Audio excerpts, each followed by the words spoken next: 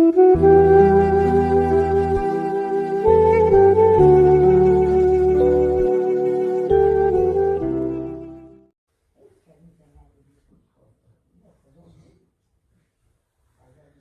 یکم سوال سیگارت دولت میشکنه یا نه؟ میشکنه دولت. سیگارت حرام است، از دخان حرام است. حدیث پیامبر صلی الله علیه و سلم است. ناس هم میشکنه دولت. ناس سیگارت نکش. مسلمان باشی خدا خیلی شما.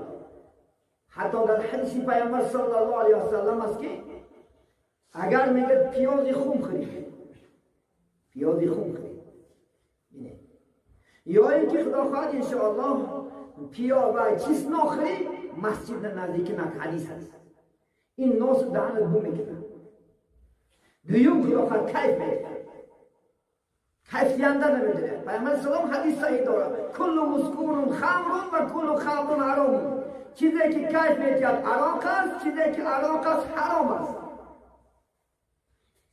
همین حدیث که موافق نشاکون گرین پیوت وینات عرق کنیک بلاوت در همش حرامه.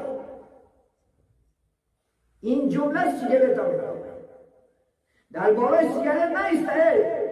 عقل باشه نیسته بالای سیگارت بکی ورد نگو وشوز درویم بس چکرده بود توی کشیدت بکی این برای سلامتی شما ضرر دارد.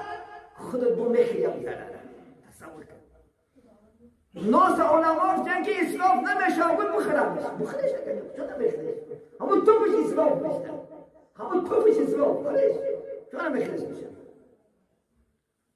من کیف دادنش اثبات نکنم برای شما. من خودم کشیدم برای که چند مردم فلان بیستون من یک وقتی خدا خواهد انشاءالله به یک تا کشیده بینم که چی خودم که یک تا کشیده نوسی بلند بده این یک بلند بده.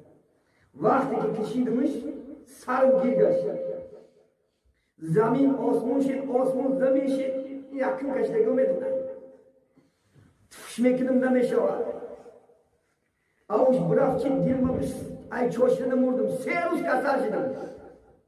پدر خدا رحمتش رو زنده بودم بچم چشمادم گرم زده چی پدر نکی نمیگم سیرکی نوز کشیدم کک پالوش نکش بیدیم کک پالوش درستر کرده کک پالوش نه همگاه رمضان نکو مرد باشه خسته بو ماه رمضان ده بعدی روزه که شایدن گو کیف شه.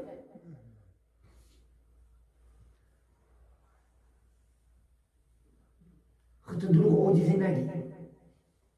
کسی حق گویی میپرتش و در کار نیست و پیغمبر عمل کردگی نیست. ایوه شما خدا کن یکم فایده نمیبره فقط دهن شیرین ترک میکنی اوقات شیرین زهر میکنی خلاص